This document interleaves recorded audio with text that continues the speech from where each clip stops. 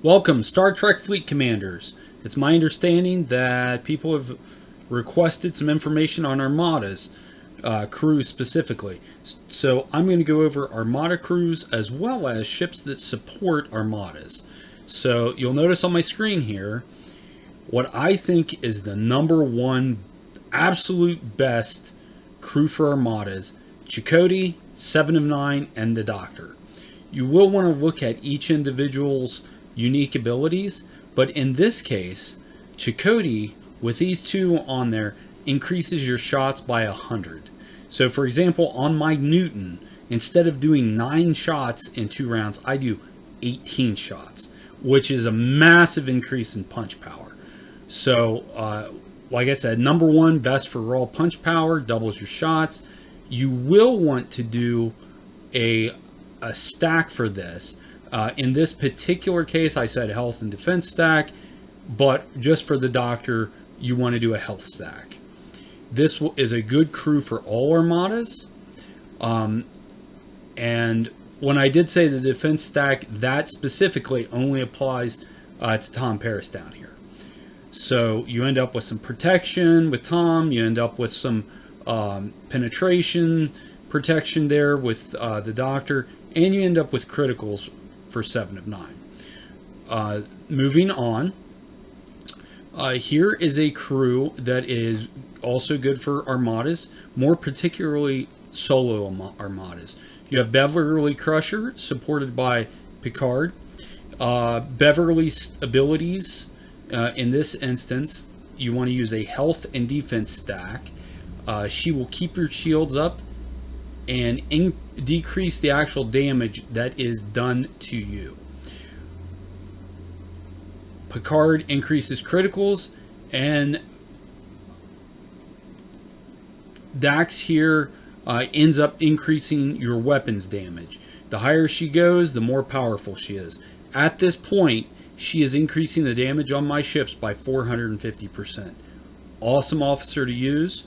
So all of these will keep your shields up, keep your defense up, and also be a heavy puncher.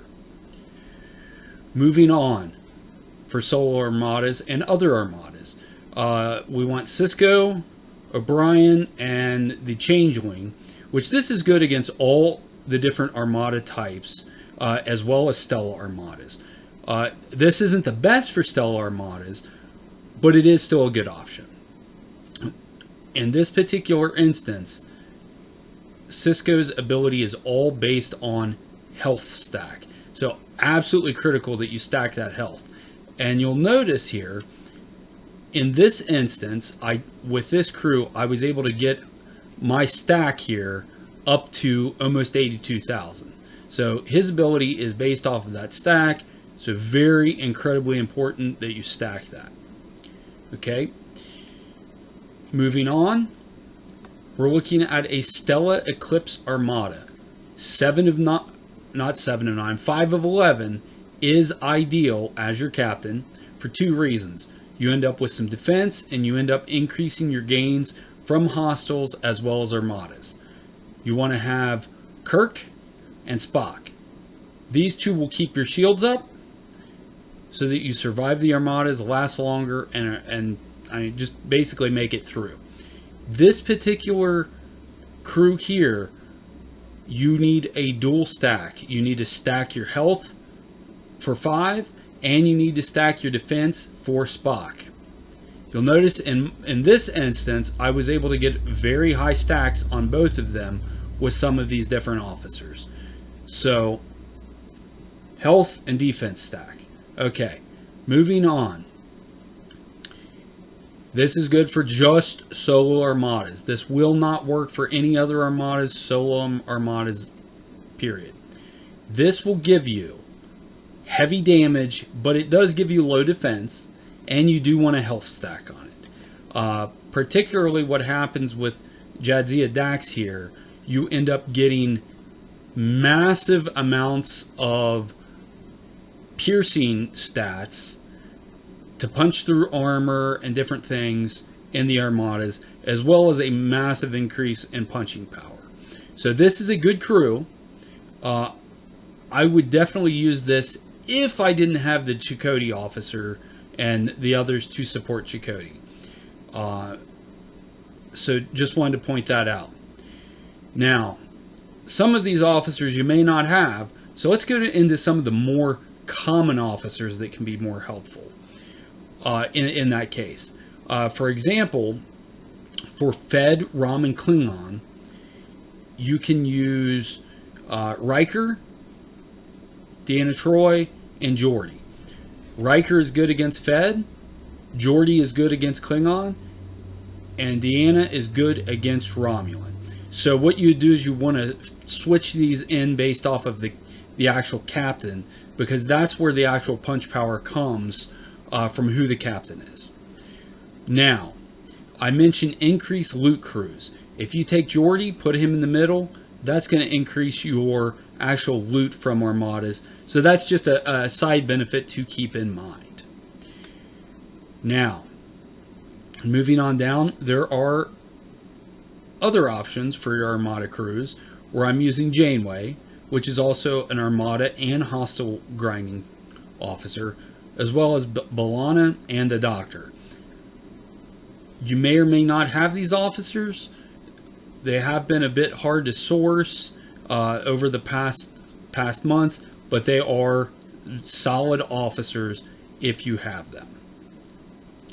Okay, for lower level players who do not have all of these super officers that I've talked about previously, you would want to use Bones, Kirk, and Spock. Now you're looking at this, why in the world would we want Bones to be the actual captain when he's just the medical officer? His ability increases the ability of the morale and the ability of keeping your shields up. So this is a very good crew for several different things, and it's much more easily sourced for people in the 20s and early 30s. So want to make sure that you keep that in mind. Another officer you could put instead of Bones, if you want more punch power, would be Gowron, or you could always throw Nero in there, but Gowron would be the better of the two, so that you're getting hull breaches. Just another option. Okay, so we're going to go over some of the buff ships now. Keep in mind with all of the buff ships, ship research is the key. That will make the buff massively more powerful, and that's something you cannot neglect, especially when you're trying to punch up, meaning hitting armadas that are higher than your current level. So the Cerritos, what it does is it buffs one single ship. For example, in your solo armadas, you'd want to go ahead and buff your strongest ship to get the most bang for your buck. Now, move on to the Titan. Cool thing about the Titan, it buffs 5 of the strongest ships in this system. So you want to be careful when you use this in case someone has a strong Cerritos in there. You don't want to buff the Cerritos because that's not going to be in your armadas. So if you're running solo armadas, it's not really a big deal if the Cerritos is there. But this will buff up to 5 ships. It doesn't buff itself, but it'll buff all your ships in your solo armadas. So that adds punching power, mitigation, shielding, all kinds of great things for your solo armadas. But again, I can't say it enough. Research is the key. Let's move down to the Defiant. I don't really use the Defiant that often. However, it is good against solo armadas as a buffing ship. Now, some of its ships and abilities, it greatly reinforces other ships versus armadas based on their Defiant research. So again, research. Some of the other abilities increases edict rewards massively when using the Defiant, and then just the weaponry itself can be good against the Jem'Hadar solo armada. So depending on what ships you have, it can make sense to put the Defiant in the solo armada to get that additional boost to help you to defeat a solo armada or defeat solo armadas that are higher than you are. So keep that in mind. At my level, I'm at level 52 currently. It doesn't really add that value for me in my solo armadas, as my 3 strongest ships are much more powerful than my Defiant. So keep that in mind, that this ship can be used in the Solar Armada or outside the Solar Armada as a buff. I'm going to go all the way back up. Want to point out the 3 Armada Crews that I use are this one right here, this one right here. Sometimes I will put Picard instead of Beverly, which gives me even more punch power with Dax. And then I use this crew. So if I was going to run a solo armada, I would use those exact 3 crews to get the most benefit for my solo armadas. So hopefully this video is helpful. If you have any questions, please feel free to reach out to me, and I'm just here to help. Hopefully the video is helpful, and I will talk to you soon. Thank you.